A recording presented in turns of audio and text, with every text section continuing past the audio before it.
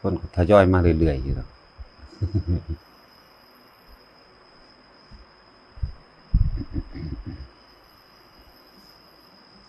ค่อยๆสะสมไปนั่นแหละเนาะป่าบ่ยินดอกว่า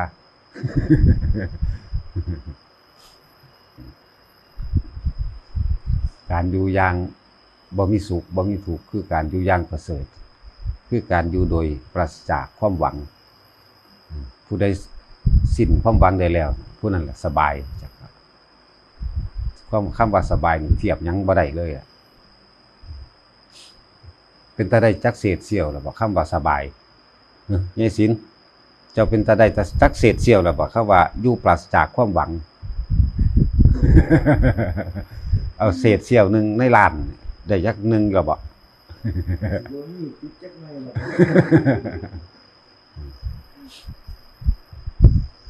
อยู่ไสก็อยู่ได้อยู่สบายแต่ว่าเฮาอยู่ปราศจากความหวังบ่มีความหวังกับบุคคลผู้ใดผู้หนึ่งบ่มีความหวังกับวัตถุสมบัติบ่มีความหวังกับสมบัติที่มีวิญญาณและบ่มีวิญญาณบ่มีความหวังกับการไปตั้งหวังกับไผมันสบายดิอยู่จังได๋ก็ได้บ่ได้ดิ้นรนบ่ได้ปรุงแต่งบ่ได้แสวงหาหยังอยู่ไปจังซั่นคำว่าอยู่บ่แม่นกายบ่ทุกข์เด้ใจต่างหากที่มันบ่ทุกข์ก็เฮาก็ทุกข์เพราะว่าความหวังนั่นแหละความปรารถนาหวังอยากให้ผู้นั้นเป็นจังซั่นอยากให้ผู้นี้เป็นจังซี่หวังอยากได้สิ่งนั้นคือวัตถุสมบัติเข้าของเงินทองต่างๆหวังอยากได้สัตว์เลี้ยงหวังไปเบิดหวังอยากให้เป็นไปตามอนาคตที่วาดหวังถ้าเฮาอยู่โดยปราศจากความหวังแล้วก็บ่มีหยังเข้ามาทำลายเฮ็ดหยังเฮาได้บ่มีชื่อเสียงจักปะก็บ่มีหยังมาทำลายเฮาได้ในคำว่าบ่มีชื่อเสียงบ่ติดในความดีอีหยังใดๆทั้งสิ้นอยู่โดยถ้ามันมีสิ่งใดเข้ามาข้องเกี่ยวเฮาก็ปฏิบัติกับสิ่งที่มาข้องเกี่ยวโดยเหตุโดยปัจจัยโดยผลลงด้วยความบ่ทำลายบ่เบียดเบียนความบ่มีต้องหวังว่าบุคคลผู้นั้นผู้นี้สิเห็นดีด้วยกับเฮาบ่ต้องมีความหวังใดๆทั้งสิ้นไผสิเห็นด้วยหรือบ่เห็นด้วยก็เป็นเรื่องของเขานี่แหละจึงบอกว่าอยู่สบายอยู่ไสก็อยู่ได้ร่างกายก็อาศัยค่ำเข้าไปวันๆอาศัยน้ำอาศัยเครื่องนุ่งห่มมีหม่องอยู่อาศัยหม่องอยู่อาศัยสำหรับผู้ปราศจากความหวังแล้วหาจุดบ่ได้ดอกเพราะว่าหยังเพิ่นบ่ได้ติดถิ่นบ่ได้ติดเขตวัดว่าพระสถานนั่นนี่บ่ได้ติดหม่องใดล่ะไปได้ทุกที่อยู่น้ำภูเขาถ้ำเงื่อมผาต้นไม้ได้ทั้งนั้น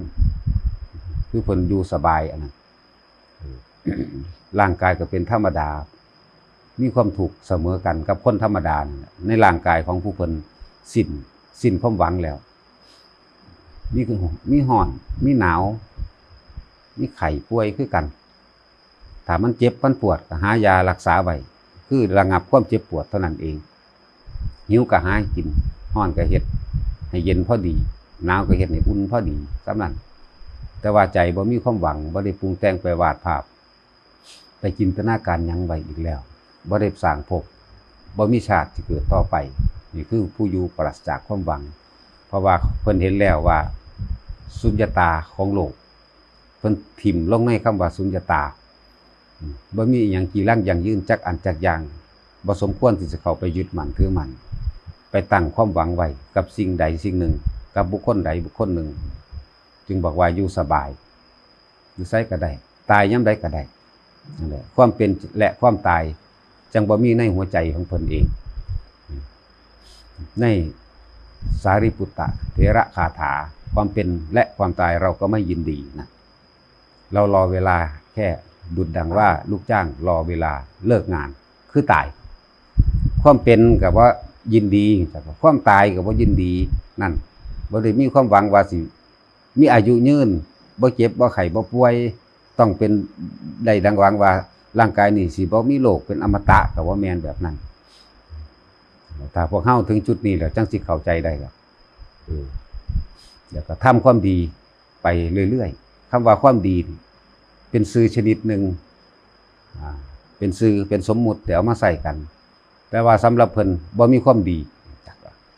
บ่ต้องการบุญอีกแล้วบ่ได้เอาบุญว่าสิไปเกิดหม้องใดสิเป็นผู้มีสมบัติมากทั้งใดอีกบ่ได้ปรารถนาความเป็นเจ้าฟ้ามหากษัตริย์จักรพรรดิบ่ได้ปรารถนาอีกเพิ่นจึงทำดีโดยปราศจากความหวังนี่แหละจังว่าเป็นเครื่องอยู่ของเพิ่นคือสุญญตาวิโมกข์อยู่โดยลำพังครับโดยบ่มีสิ่งใดเข้ามาเกาะเกี่ยวชื่อว่าสุญญตาวิโมกข์เพิ่นเอาอยู่โดยสุญญตาคือความว่างคำว่าว่างในใจของเพิ่นเด้คำว่าว่างชื่อว่าเฮาสิเข้าถึงจุดนี้ได้เพราะแห้งต้องสร้างสมจากการได้ยินได้ฟังจากการกระทำคำพูดหลายๆอย่างเฮ็ดไปผู้ใดก็มุ่งหวังถึงจุดนี้แล้วก็ว่างในการมุ่งหวังถึงจุดนี้ว่างไว้ซะก่อนถ้าเฮาไปเร่งรัดโดยการคิดเอาก็สิเฮ็ดให้ฟุ้งซ่านเฟ้อเจ้อรำคาญหงุดหงิดอุทธัจจะกุกุจจะฟุ้งซ่านเด้แต่ผู้ใดไปตั้งหวังว่ากูต้องเป็นแบบนี้ให้ได้บ่แม่นกิเลสตัวน้อยเด้ตัวนี้ตัว7ตัว8นู่นเด้เอิ้นว่าสังโยชน์สังโยชน์ตัวนี้บ่แม่นน้อยเด้พุ่นมันไปตัวที่7ธรรมดาถ้าเป็นเครื่องรัดข้อไว้ก็ดีเป็นเรื่องว่าถ้ามีความหวังอันใดอันหนึ่งแล้วแม้นกะการหวังเป็นพระอรหันต์คือการพ้นทุกข์ดับทุกข์จังซี่คือกันฉะนั้นเวลาพวกเฮาสร้างความดีสวดมนต์ภาวนาหรือการปฏิบัติอันใดๆทั้งสิ้นก็ตามทุกคนต่างกระมุ่งที่สิเฮ็ดให้เจ้าของพ้นทุกข์นั่นเองแต่ว่าอย่ายึดดีอย่าติดดีที่เฮาเห็นหลายๆคนแต่ละคนสร้างความดีมามากกันละแต่ว่าบ่นึกถึงความดีของเจ้าของเองไปหานึกถึงความดีของผู้อื่นยืนยันตัดสินผิดถูกให้กับบุคคลผู้อื่นนะเลยลบล้างความดีของเจ้าของเอาความชั่วเข้ามาใส่แทนนี่แหละเตือนไว้นักปฏิบัติทั้งหลายที่เข้าใจว่าตนถูกหรือว่าถูกก็ตามพยายามให้ระลึกนึกถึงความดีของเจ้าของอย่างน้อยๆคำว่าน้อยนี่ก็คือว่าให้อยู่ในลมหายใจของเจ้าของให้มันได้ก่อนอยู่จังสั่น อย่าไปยืนยันตัดสินบุคคลนั้นว่าสอนผิดมั่งแบบนี้จังถูกมั่งก็เลยกลายเป็นอันว่าเอาความชั่วเข้ามาทับถมความดีของเจ้าของบ่นึกดีของเจ้าของเองบ่นึกถึงมรรคปฏิปทาของเจ้าของเองไปนึกถึงมรรคปฏิปทาขอวัดปฏิบัติผู้อื่นไปยืนยันตัดสินขอวัดปฏิบัติผู้อื่นว่าผิดมั่งว่าถูกมั่งแล้วเกิดกลายวาทกรรมขึ้นมาทิ่มแทงทำร้ายกันด้วยหอกคือปากนั่นเองนี่แหละพุทธเจ้าเพิ่นเตือนอยู่ตลอดทิ่มแทงกันด้วยหอกคือปากศาสตร์ของเผ็ดปวดแสบร้อนเข้าหากันนั่นส่วนบุคคลที่มองเห็นสุญญตาของโลกแล้วความว่างเปล่าของโลกแล้วบ่ทิ่มแทงบ่กับไผนั่นคำว่าติดดีนี่เป็นสีเนียนมากๆคำว่าติดดีนี่เอาความดีของเจ้าของไปยกอ้างอวดคุณเพื่อทับถมผู้อื่นเลยเกิดกลายเป็นว่าเอาความชั่วที่มันฝังอยู่ในจิตใจที่ไม่รู้ตัวเขามาปิดบังความดีของตัวเองว่าเตือนแต่ละสำนักแต่ละบุคคลทั้งหมดนี่เฮาเป็นลูกศิษย์พระพุทธเจ้าทั้งหมดเฮาเดินตามรอยทางมรรคมีองค์8คำสั่งสอนใดๆออกจากพระพุทธเจ้าทั้งหมดนั่นแหละแต่ว่าการปฏิบัติมันก็มีมากมายหลายแบบหลายวิธีที่เฮ็ดไปแต่ว่ามีจุดหมายเดียวกันนั่นเองมีจุดหมายเดียวกันถ้าเข้าใจคำว่ามีจุดหมายเดียวกันคือการทิ้งความคิดทิ้งความหวัง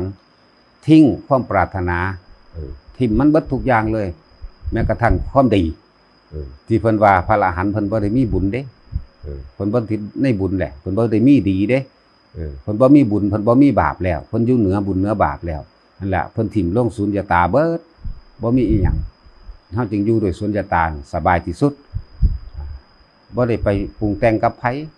บ่ได้ไปกำหนดให้ผู้ใดต้องทำแบบนั้นเฮ็ดแบบนี้จังสิถูกบ่แล้วแต่สิ่งลึกลับอันนึงที่บ่ควรคิดก็คือคำว่ากรรมเรื่องของกรรมเนี่ยเรื่องของกรรมของแต่ละบุคคล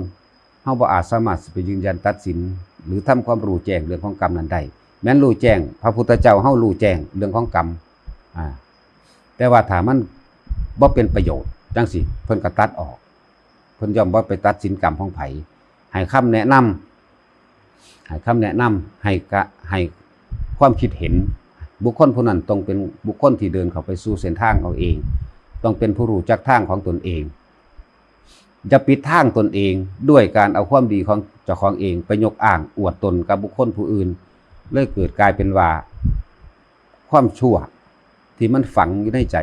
อิสมิมานะทั้งหลายอนุปาทานทั้งหลายที่มันซ่อนเร้นอยู่ในหันยึดดีติดดีแล้วก็ยกตนอวดอ้างในความดีของเจ้าของเลยเกิดกลายเป็นว่าไปนึกถึงดีแต่ผู้อื่นแต่ว่าดีของเจ้าของบ่นึกถึงทั้งว่าเตือนนักปฏิบัติทั้งหลายก็คือต้องทิ่มให้เบิดคือบ่มีหยังเลยทั้งว่าให้พากันเข้าใจพวกเฮาก็ดีการนั่นละ